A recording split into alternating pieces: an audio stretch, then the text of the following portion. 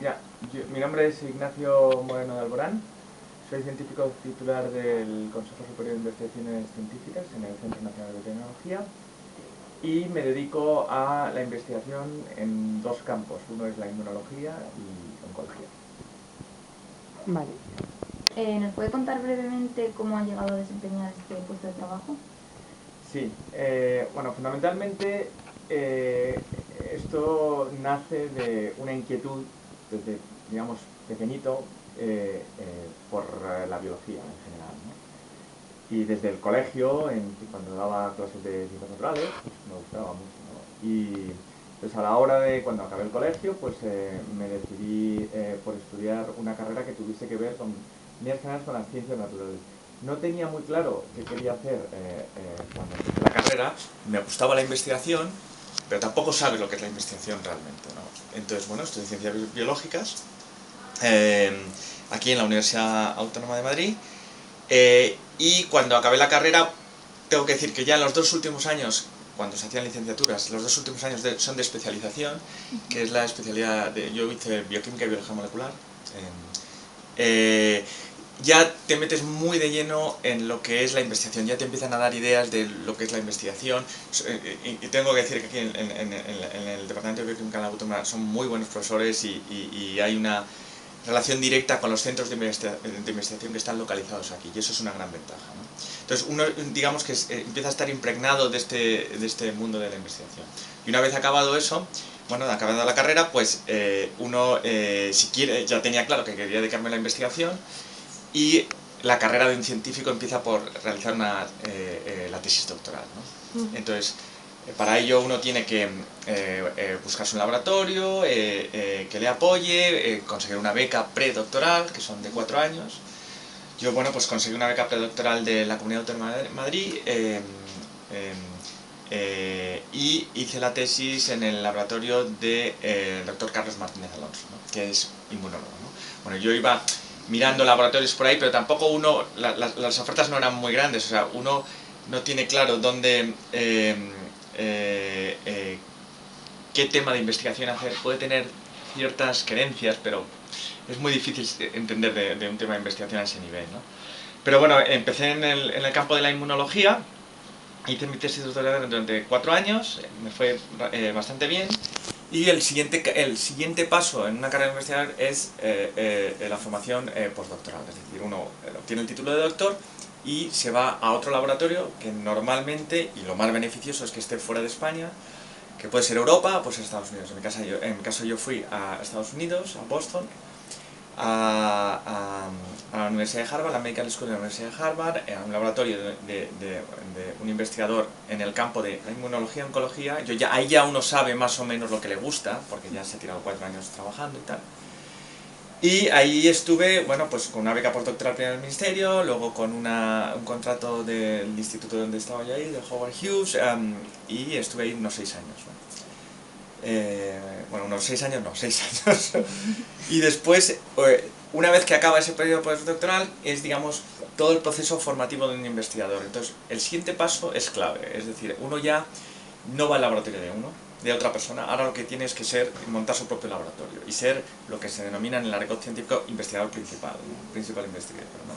Y eso lo que significa es que uno tiene que conseguir una plaza, una posición, un investigador independiente, y intentar reclutar dinero, reclutar estudiantes para montar su propio grupo en una línea de investigación que va a estar obviamente basada en todo lo que ha hecho básicamente durante el periodo postdoctoral, ¿no? Uno en ese momento tiene una formación tanto teórica como práctica perfecta, es decir, un equilibrio buenísimo, con unas ganas tremendas y digamos es la parte posiblemente más productiva de un científico, ¿no?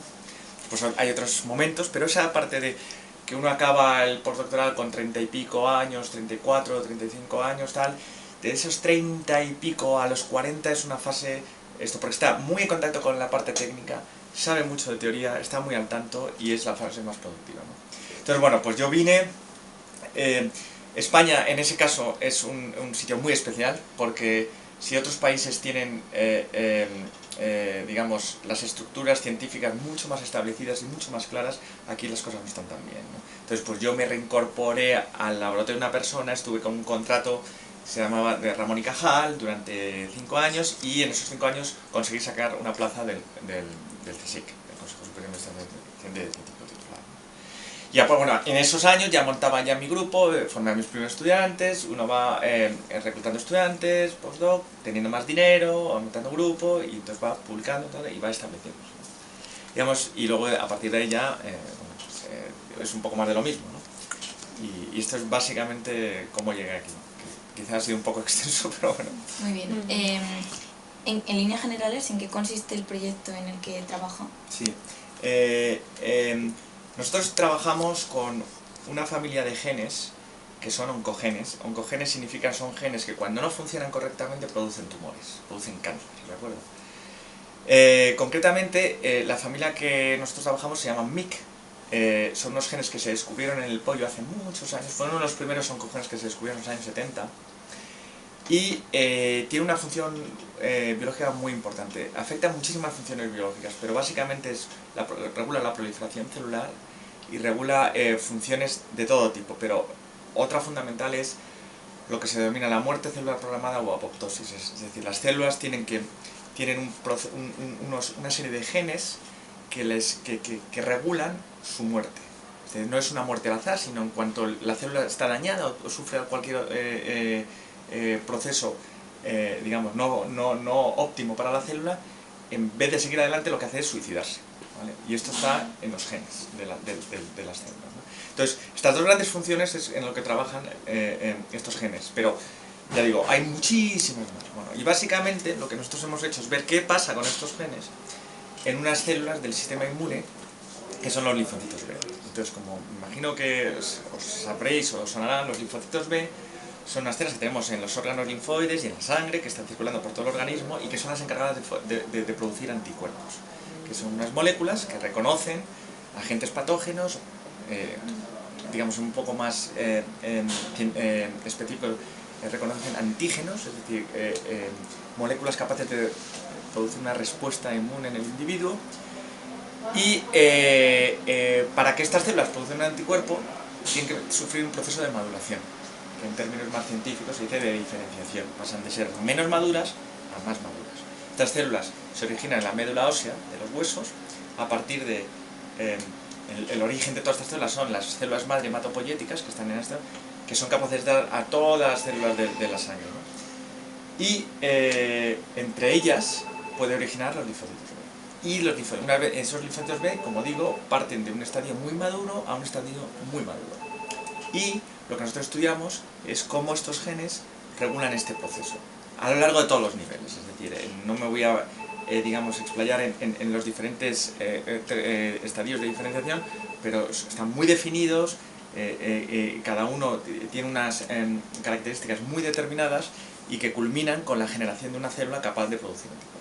Entonces básicamente estudiamos esto. Lo bueno que tiene, o digamos, aparte de el conocimiento per se de todo este mecanismo de maduración de los linfocitos B, sucede, como os he dicho al principio de la charla, es que cuando estos genes no funcionan bien, son oncogenes, producen tumores, y está caracterizada de enfermedades, como por ejemplo el linfoma de Burkitt, en los cuales estos genes no funcionan bien. Se empiezan a expresar, en términos más científicos, digamos, a funcionar de forma anormal, expresando muchísima proteína de este gen, transcrito por este gen. Y entonces producen tumores, ¿no? Nosotros, como os he dicho, nos centramos en los linfocitos B, pero estos afectan estos genes funcionan en todas las células, prácticamente en todas las células que tenemos en el cuerpo. Y son responsables, no responsables, funcionan mal en el 50% de los tumores humanos. No quiere decir que sean los causantes de estos 50% de tumores, pero en el 50% de los tumores humanos estos genes están desregulados. Con lo cual tiene un interés no solamente desde un punto de vista meramente científico de ampliación de conocimiento, sino fisiológico y de patología y en la clínica en definitiva. ¿Y su labor específica dentro del proyecto cuál es? Sí, básicamente yo soy el investigador principal, que eso en términos prácticos significa, dicho de otra, que soy el jefe. Uno tiene un grupo en el que la jerarquía de un grupo es el investigador principal, digamos, en el segundo nivel estarían investigadores postdoctorales, es gente que ha leído ya la tesis, está haciendo su tesis y está haciendo el postdoctoral. El siguiente nivel serían los becarios predoctorales, es decir, gente que ha terminado el grado, que está haciendo un máster o acabando el máster para iniciar la tesis doctoral. Y en el último nivel estaría el técnico de laboratorio, que es una persona que puede tener un grado o no tenerlo, y que hace labores de refuerzo de la parte técnica, ¿no? De técnicas rutinarias que se emplean en el laboratorio, pues esta persona se dedica a eso, ¿no? Y ese es, entonces, el investigador principal es el que supervisa absolutamente todo, ¿no? Entonces, hay laboratorios de todos los gustos y colores, desde gente que tiene, lamentablemente en España, la mayoría de los laboratorios está basado en tener muchos becarios, estudiantes predoctorales. Por ejemplo, yo en Estados Unidos, en el laboratorio que yo estaba, que era un laboratorio enorme, muy famoso y tal, éramos como 20-25 personas, para que te hagas una idea, un laboratorio medio aquí puede tener 3-4 personas, ¿no? Donde de esas 25 personas había 2 estudiantes y todos los demás eran postdoctorales. Claro, gente mucho más formada y por lo tanto a la hora de rendir y de competir son mucho más potentes, ¿no? Entonces esa es una gran diferencia entre los laboratorios españoles y los laboratorios quizá del resto del mundo, ¿no? Pero y no solo supervisa, como he dicho, el investigador principal, sino que es el que en principio da más ideas porque tiene mayor formación, pero esto no es para nada absoluto, cualquier estudiante, cualquier persona puede dar ideas, o por lo menos las filtra, es decir, hay gente que te viene con ideas y te dice, bueno, eso que me estás diciendo no puede ser por esto y por esto, o sí, con estos matices, ¿no? Y además, no solo eso, es el encargado de conseguir el dinero para que el laboratorio funcione. O sea, uno llega aquí y todo es muy bonito, no. Tienes que escribir un proyecto, presentarlo a las agencias que dan proyectos de investigación, que pueden ser públicas, privadas, de todos los gustos y colores, en convocatorias competitivas, es decir, que todo el mundo está haciendo lo mismo y compite contigo por el dinero. Entonces, cuando consigues dinero, puedes contratar, comprar aparatos, comprar reactivos, etcétera, etcétera. Y si no tienes dinero, pues te vas disminuyendo. Entonces, es un mundo muy competitivo, ¿no? Y bueno, eso es la labor fundamental, aparte de, digamos, supervisar y de formación. Al principio, cuando uno monta el grupo, está encima del estudiante, supervisándole, hacer experimentos físicamente con él, no sé cuánto tal. Pero según el laboratorio va madurando, los estudiantes van madurando y hay postdoc, pues el postdoc supervisa a un estudiante, el estudiante más senior supervisa al más junior, en fin. Y entonces, porque el investigador, hay mucha parte de burocracia que hay que hacer, o sea, hay que escribir una carta de recomendación, la tengo que escribir, hay que pedir un proyecto y tengo que escribirlo, hay que presentar unos proyectos, tengo que hacer, eso tiene que hacer el investigador, tengo que firmar las compras de los reactivos, en fin, todo esto lo tengo que hacer. Entonces uno cada vez pasa de estar haciendo experimentos físicamente a no hacer experimentos, básicamente, ¿no? Supervisar, y lo que tienes es, pues eso, te presentan los datos y tú los analizas y los criticas. Muy bien, y para finalizar, ¿usted cree que la investigación del cáncer está suficientemente apoyada en estos momentos por el gobierno y por las empresas privadas? ¿Usted cree que cuenta con los medios necesarios? Vamos a ver, bueno, yo no restringiría la pregunta exclusivamente al cáncer. Yo ampliaría más la pregunta. Yo diría si la investigación en España está suficientemente apoyada. Y esto aplica al cáncer o a cualquier otro tipo de investigación que se realice en España, ¿no? La respuesta es no. Y la explicación es el siguiente. No pero con unos matices muy claros. No porque ahora estemos en crisis. Obviamente, porque estamos en crisis, ha habido unos recortes brutales, como posiblemente nunca los ha habido, y esto ha afectado a instituciones como el CSIC, por ejemplo, que está en una situación económica gravísima, a este centro en particular también, y a muchas otras instituciones de investigación en España, ¿no? Pero no, el problema no es de un gobierno o de un partido o de una crisis. El problema es, obviamente, mi opinión, es un problema cultural. Es decir, en España la investigación no está a la orden del día, no está en la sociedad. O sea, la sociedad es capaz de leer las noticias sobre investigación en los periódicos, pero eso no se traduce en una concienciación social de apoyo a la investigación. Es decir, una cosa es decir, qué interesante es lo que haces, pero no te voy a dar un duro para ello, ¿sabes? Y esto no es un problema, esto es un problema de la sociedad española, es decir, es una, con todo, dicho con el máximo de los respetos, una sociedad inculta científicamente hablando, donde la investigación no está en los programas políticos de ningún partido político.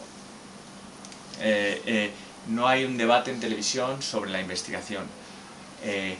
La investigación es un proceso muy rentable a largo plazo. Bueno, a largo plazo siempre rentable, porque si has puesto la semilla siempre vas a tener productividad y esto lo vas a traducir en nuevas medicinas, etcétera, etcétera, nuevas empresas, etcétera, etcétera. Pero tiene que ser un apoyo constante, no sujeto a vaivenes políticos, no sujeto a que venga el partido A y diga ahora recorto o ahora doy muchísimo dinero y luego esto... No, no, no, no. Tiene que ser una financiación constante. Y si no es una financiación constante, el resultado es nefasto. Es decir, ¿qué está sucediendo hoy en día en España con toda esta última fase de recortes? No lleva 2, 3, 4, sino lleva 5, 6, 7 años, ¿no? Y antes que eso hubo un boom, y después hubo una época de vacas flacas, y luego otra época de vacas gordas, es decir, pues que invertimos muchísimo dinero en formar a la gente como vosotros, bueno, que yo era como vosotros hace no tanto tiempo, y que no damos una salida a esa gente, es decir, el país invierte muchísimo dinero en la formación de esta gente, pero eso luego no repercute en el beneficio del país, porque esta gente, una de dos, se va afuera y... Ojo, que este es el matiz que hay que hacer, o sea, que la gente se vaya fuera como investigador es absolutamente necesario, y esto para la formación, como hice yo, que me fui 6 años, y como yo, miles, y eso es clave, pero no hablo de esa gente, el problema es esa gente que se vaya y que no pueda volver, ¿de acuerdo? Y entonces el país se empobrece, científicamente se empobrece, porque nosotros nos vamos haciendo mayores, cada vez hay menos estudiantes que hacen las tesis, porque hay menos becas, o... También decir, bueno, es que ¿qué me espera a mí si yo hago esto? ¿No? Es decir, el futuro aquí es bastante negro, entonces, bueno, pues me dedico a otra cosa, ¿no? Y eso yo creo que es el gran problema, ¿no? La falta de una concienciación por parte de la sociedad de la importancia de la investigación. Y crear una sociedad, como se dice, con demagogia o sin demagogia, basada en el conocimiento y no basada en otros sistemas productivos que no requieren una mano de obra